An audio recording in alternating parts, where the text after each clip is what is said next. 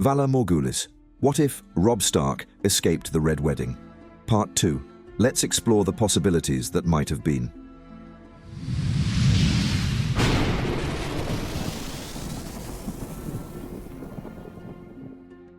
Westeros turns like a great creaking wheel, each spoken ambition or old grief, each rotation a lifetime. The Red Wedding's treachery failed. Robb Stark and his kin yet live, holding the Riverlands and forging a more cautious peace. Yet peace in the Seven Kingdoms is ever fleeting. In King's Landing, lions prowl behind gilded bars of their own making. On Dragonstone's shores, a stag crowned in red fire broods and schemes. Across the narrow sea, a dragon queen paces in restless dreams. The wolves of the north have slipped the noose, but fate is not done with them. Not yet. Morning at the Twins. Dawn's light gilds the battlements of the Twins. Inside a refurbished chamber, Robb Stark stands at a heavy table covered in maps and letters. His mother, Catelyn Stark, and his sisters, Sansa and Arya, stand close by. Ravens from King's Landing and the Reach lie piled beside riverine petitions. The hall is quieter now, cleansed of Frey treachery. Walder Frey is long gone to the wall, and Edmure Tully holds the castle in trust, while Roslyn Frey strives to mend shattered loyalties. The realm holds its breath, Robb. The Lannisters have not struck again, and the Tyrells whisper of peace. But we mustn't be lulled. Our strength is untested outside these Riverlands. We know this, Mother. We march north soon, to reclaim Moat Cailin from the Ironborn and restore Winterfell. Without a stable north, all promises of peace ring hollow. Arya stands by the window, restless, her grey eyes tracking the distant fields. She yearns for Winterfell's familiar halls, but also something more, her own path, untamed and unknown. Home. I wonder if it will feel the same. I've changed. We all have. Sansa, though more poised and wary since her time in King's Landing, smiles sadly. Winterfell's stones, remember. We can make it whole again, and ourselves in the making. We must believe it. The North awaits. Yet outside the room, fate twists. A new raven has arrived, one bearing a broken seal of a black stag within a flaming heart. A message from Dragonstone. At Dragonstone. Winds howl around the volcanic isle. Inside the ancient fortress, Stannis Baratheon broods over a map of Westeros, flames dancing in tall braziers. Melisandre of Asshai stands beside him, red robes rustling, her ruby throbbing at her throat. Davos Seaworth waits near the door, anxious. The boy wolf lives. The Freys failed. Bolton is dead. A stronger north weakens the Lannisters' hold. Perhaps this is my chance. Melisandre's eyes gleam with firelight. The flames show shifting shapes. Wolves run free, lions bleed behind their walls, and a one-time king beyond the wall stirs. But to claim your rightful throne, we must kindle a new blaze. Davos frowns, cautious. Your Grace, the North will not bend easily. The Starks have reclaimed their pride. The Riverlands stand with them. If you mean to call banners, how will they receive you? Stannis' jaw tightens. I am the rightful king, by all laws. If Robb Stark would prefer independence, he must acknowledge me or face the consequences. The Lannisters reel. The Tyrells hedge their bets. If I strike swiftly, I may claim the North's allegiance, or at least pry them from any alliance with traitors. Melisandre's voice is soft, hypnotic. The Lord of Light shows me shadows, an iron-born threat in the neck, a southern king who falters, and a hidden power growing across the sea. To prevail, you must move soon. Stannis writes a letter, his quills scratching harshly. He will send envoys north, testing the waters. Perhaps the boy wolf will learn that oaths cut both ways.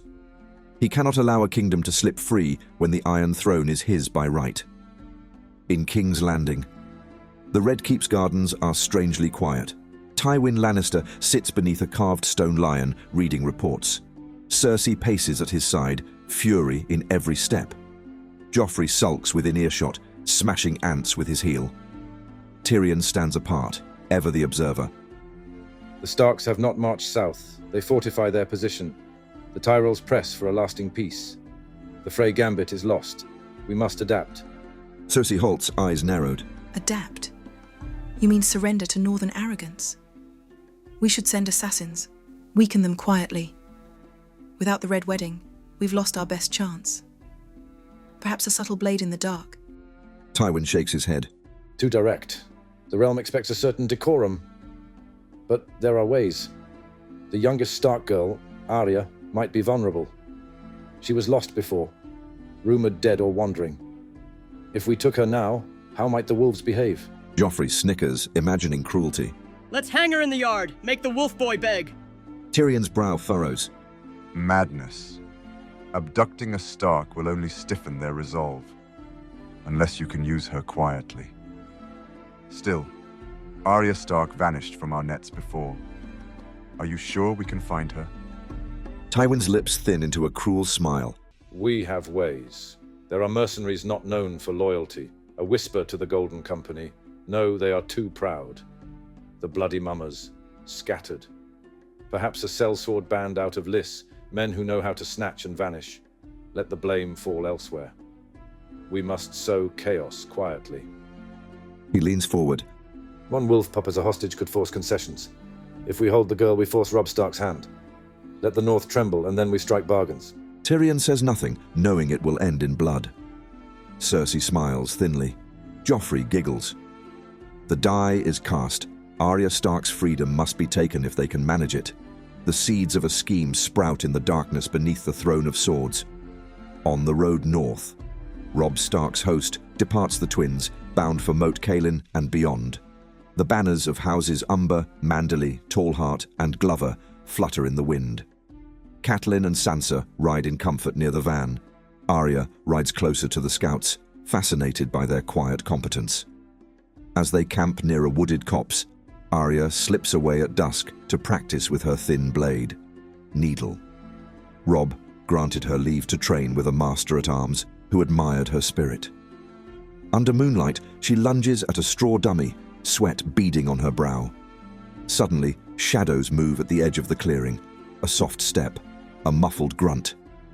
Arya spins, needle raised, but three men, clad in dark leathers and hoods, rush her. She tries to scream, but a hand clamps over her mouth. Needle strikes one in the side, but they are too many. Easy now, girl. Quiet, and you live. Arya fights like a cornered cat, but a blow to her temple sends her vision swimming. She remembers only the taste of blood and dirt before darkness claims her. At camp, minutes later, Sansa grows restless as the night deepens. Arya should be back. She alerts Catelyn and the guards. A frantic search ensues. Robb, alerted, storms through the tents, shouting orders. Find her, spread out torches. She can't have gone far. But the kidnappers are skilled. They have horses waiting beyond a ridge. By dawn, Arya Stark has vanished. Catelyn's eyes brim with tears. Sansa trembles. Robb's face twists in fury. My poor girl, taken again. We must not lose her. We ride. Whoever took her must pay. I swear by all the old gods I will find Arya. But as the Northmen scramble, messages arrive. The Ironborn at Moat Cailin stir, and reports come of a small force sailing up the Fever River. Time and enemies press from all sides. Arya is strong. She survived the war's chaos before. She'll survive again. But Robb, we cannot abandon the North's reclamation. What would Arya want? Robb's hands shake around the reins. She'd want us not to fail our people. But I will send outriders, loyal men to track her captors. We will not forsake Arya. Catelyn sets her jaw. The world grows more dangerous. Robb must lead. Sansa must endure. And Arya, the gods only know. With the kidnappers, Arya wakes in a jolting cart, hands tied, head throbbing. Her captors speak in low accents, Essosi, perhaps Lysini. She pretends to be dazed, counting their numbers, 4 men and 1 woman, all hard-eyed. They murmur of a ship waiting on the Trident, a clandestine journey east. The Lannister gold was good. If we hurry, we'll have her in King's Landing within the moon's time. Arya's heart pounds, Lannisters behind this. She grits her teeth. She must escape or die trying. That night, she slips her wrist bonds loose, using Needle's hidden point. Her captors missed her blade, tucked in her boot after the struggle. As they rest near a muddy creek, Arya plunges Needle into the watchman's thigh and bolts into darkness. Shouts erupt. She flees blindly. Hours pass in terror until she stumbles onto a fisher's hut along a river bend. A frightened old man ferries cargo to a ship at anchor. Arya, desperate, slips aboard, hidden among crates, unsure where the ship sails. Better that than King's Landing's dungeons. At dawn, the ship sets sail eastward, toward the narrow sea. Arya Stark leaves Westeros behind, unknowingly bound for Braavos. In the north, Moat Cailin. Robb Stark sets about retaking the ruined fortress. The Ironborn, seeing the northern host's banners, attempt a parley. He offers them mercy if they yield. Half-starved and ill, they surrender. The north is open once more. They knelt quick enough. Cowards! We should flay a few to send a lesson. Robb shakes his head. No flaying. We are not Boltons. Let them go. Weapons down. On ships to the islands. Their folly ends here. Catelyn watches with approval. Mercy where possible, justice where necessary. Still, her heart aches for Arya. Every moment spent here is a moment Arya drifts farther away. After securing Moat Cailin, Robb leads his army north. Soon, they stand before Winterfell's blackened walls. The castle is wounded, but not dead. Home. But without Arya and the others, it's only half a home. Robb embraces her. We will find Arya. We will search until the ends of the earth. They begin repairs anew. Masons and carpenters pour in from White Harbour and Deepwood Motte. The north rallies under the Stark banner. Letters are sent across the narrow sea, begging traders to watch for a girl of Arya's description.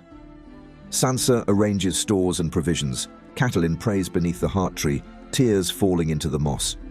Winterfell stirs and breathes again, but a piece of its soul is missing.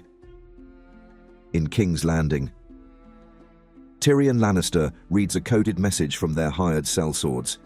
He frowns and brings it to Tywin. They failed. Arya Stark escaped them. There's rumor she fled east. She's gone from our reach now. Tywin curses softly. At least she's not in Robb's hands. The wolves know we tried something. They grow more cautious. We must redouble our efforts elsewhere. Cersei taps a finger on the table.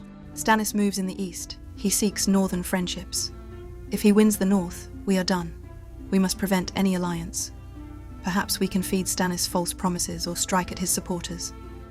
Tyrion rubs his temples. We juggle daggers. The more we plot, the more enemies unite against us. Father, might we consider a formal peace with the North? Acknowledging their independence might buy us time to crush Stannis. Joffrey hisses in protest, but Tywin considers. With Arya gone abroad, they have no leverage there. The Tyrells urge caution. The throne grows poorer, the gold mines waning. A careful treaty might be best. Perhaps. A temporary recognition, a border treaty. Let the North rule itself, as long as they do not ally with our enemies. Yes, send out feelers. We must ensure Stannis gains no foothold with the wolf. The game shifts again. On Dragonstone, later. Stannis receives word of the North's re-emergence and the Lannisters' plight. His jaw clenches. He sends Davos north in a small ship, with letters promising justice, recognition of their ancient rights, if they bend the knee to him. Perhaps the North, weary of southern duplicity, will trust a king who offers fairness and law. Wolves do not kneel easily, yet the Lord of Light's will is that you try. Shadows coil around the boy wolf's court. I see a sister gone, a mother weeping, a king uncertain. Stannis rages quietly. If they will not join me, I must break them. But I'd rather have the North as an ally. Send Davos. If he fails, we consider harsher measures. The night is long, the wind keen. Stannis stares into the flames, seeing outlines of dragons and direwolves, of a distant queen who builds strength far across the sea. Across the narrow sea, Braavos. The Titan of Braavos looms overhead as a small trading ship glides into the lagoon. Arya Stark, filthy and hungry, hides beneath tarps until the sailors disembark. She emerges into a world of canals and whispers, a city of titans and secrets. With no coin and a Westerosi accent, Arya wanders the alleys. Memories of Jaqen H'ghar flit through her mind. Braavos, the word on his lips. He gave her that coin. She still has it, tucked in a hidden pouch. She takes it out, rubs the strange coin with her thumb, and remembers his words. Valar Morghulis, A Braavosi urchin stares at her. You lost, girl? Arya clenches her jaw. I need to find the House of Black and White. The boy pales and points silently toward the distant canals. Arya sets off, guided by fate or stubborn will. She crosses bridges of dark stone, passes masked priests and silent beggars. At the end of a quiet canal, she finds a door, half black, half white. The air smells of still water and old incense. She knocks. After long moments, a kindly-faced man opens. He looks at her as if seeing inside her soul. I have nowhere else. Jaqen H'ghar. He gave me this coin. Valar Morghulis. The man inclines his head. Valar Dohaeris, enter child, leave your name and troubles behind. Arya steps inside, heart pounding. She does not yet know what awaits her, training, transformation, and sacrifice. The wolf girl will learn to wear many faces or be devoured by the shadows. Arya Stark's path leads into mystery deeper than any she's known. At Winterfell. Within the repaired Great Hall, Robb Stark sits at a high table. Catelyn and Sansa are with him, as are Great Janumba, Wyman Manderly, and Mage Mormont. They read Tywin Lannister's cautious proposal, a truce. The North rules itself, the Riverlands acknowledged as under Stark Tully protection in return for neutrality against the Crown.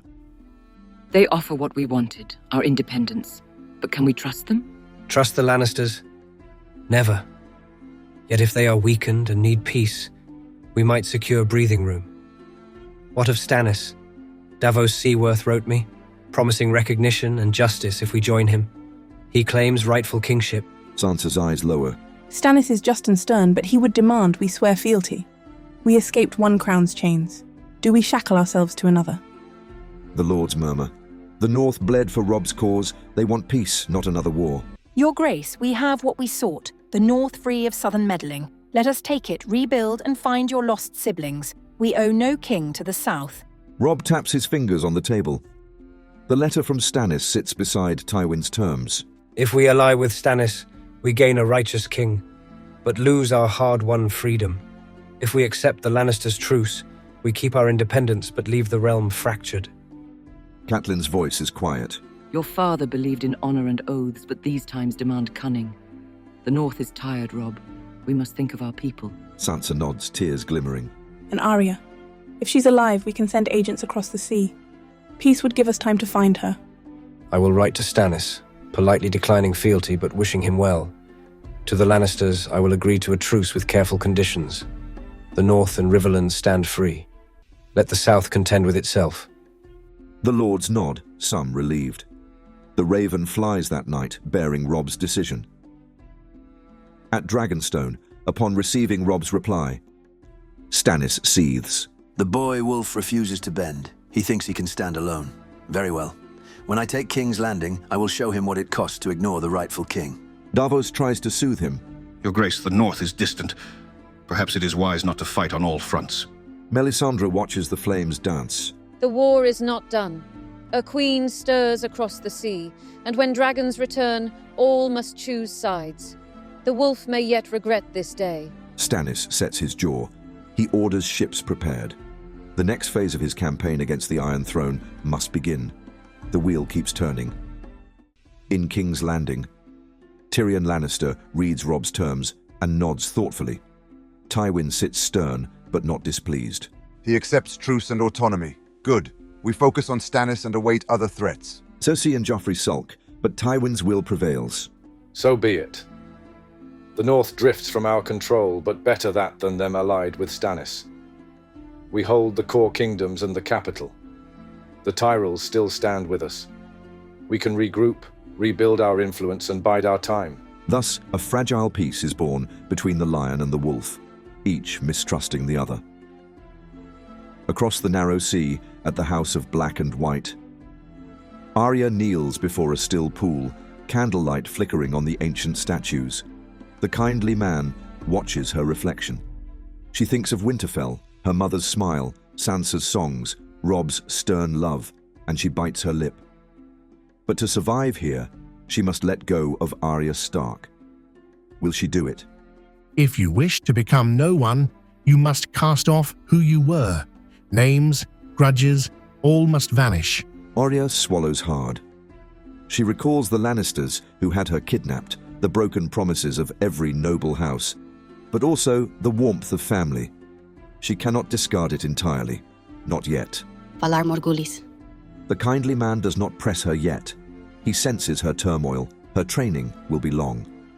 Still, for now, Arya finds shelter from a cruel world and a path to power on her own terms. At Winterfell, some weeks later. Under crisp autumn skies, workers raise scaffolding along Winterfell's walls. Smoke curls from the restored kitchen chimneys.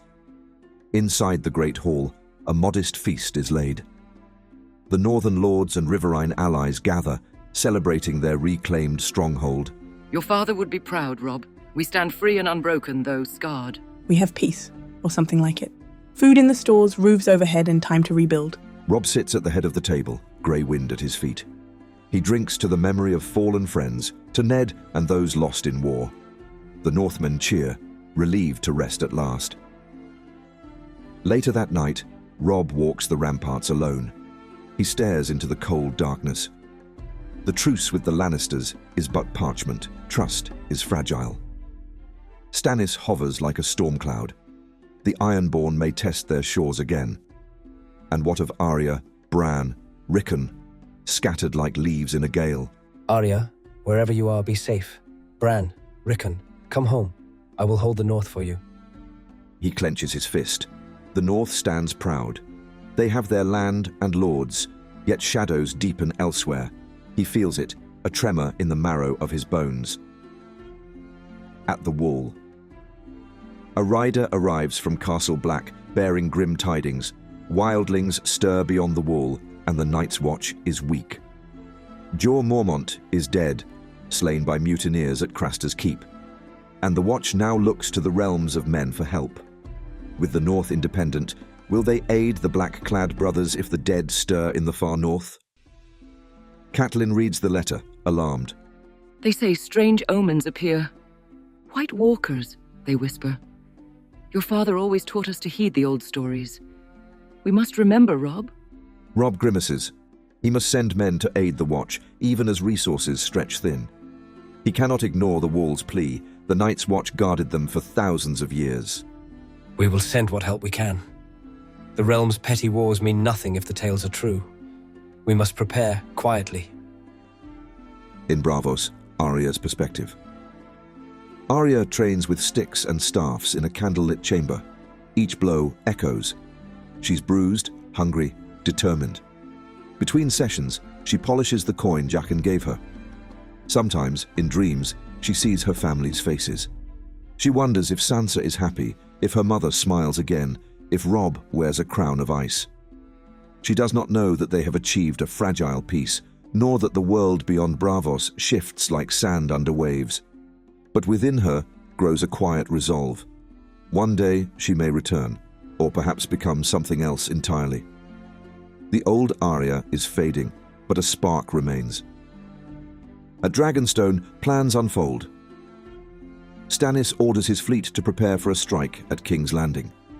With Melisandre's guidance, he hopes to weaken the Lannisters further.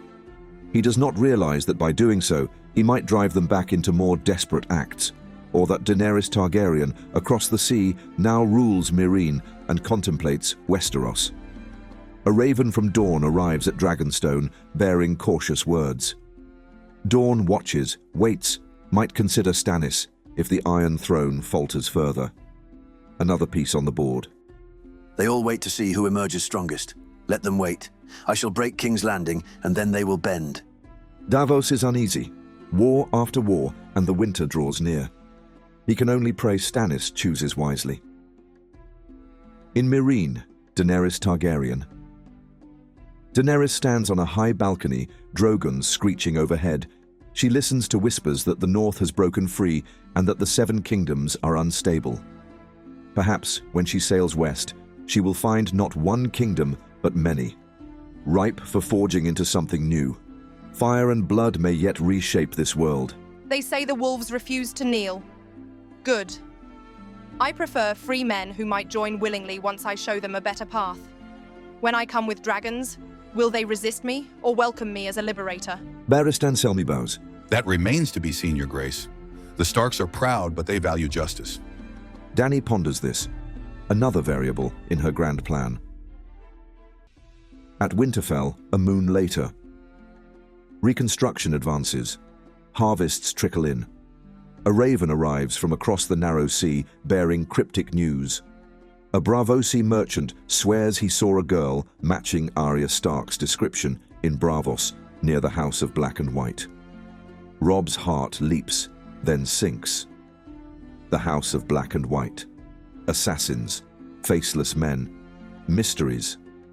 Arya in Braavos among such folk, God's help her. At least she's alive. Perhaps one day she'll return. We must hold on to hope. Robb sends gold and discreet agents to Braavos to learn more, but he suspects they'll learn little. The faceless men keep their secrets well. Night falls over Winterfell's Godswood. The heart tree's red leaves whisper with the wind. Sansa and Catelyn pray beneath its gaze. Robb stands guard outside, thinking on all that has transpired. They have their home, their lands, and a treaty that grants them peace. Yet Arya is far away, forging a dangerous path. Bran and Rickon remain lost. Stannis stirs. The Lannisters lick wounds and plot anew. Across the sea, a dragon queen grows in power. The wall sends warnings of ancient evils. The north stands, but storms gather on all horizons. A letter arrives from one of Robb's agents along the narrow sea. It bears only a single line. The girl you seek walks in shadows, no longer a wolf, but a ghost. Robb crushes the parchment in his fist, uncertain if it's a clue or a cruel taunt. In the silence of the night, Grey Wind raises his head, ears pricked. The wind howls, and for a heartbeat, Robb imagines he hears Arya's voice carried on it, calling his name. He closes his eyes and envisions her safe, strong, alive. We are home, Arya. Come back to us, someday. Beyond Winterfell's walls, snows begin to fall. Winter creeps closer. The direwolf and the heart tree stand sentinel over a fragile peace. The stage is set for greater conflicts, alliances unmade and reforged. The players move unseen, from the halls of King's Landing to the temples of Braavos, from Dragonstone's basalt cliffs to Meereen's pyramids. The wheel turns again, and as the first snowflakes settle on the broken stones, one truth remains. No story ends cleanly. This is but a pause, a drawing of breath before the next storm. The north may rest, but the world's fury gathers. When it breaks, all must face the consequences. Valar Morghulis.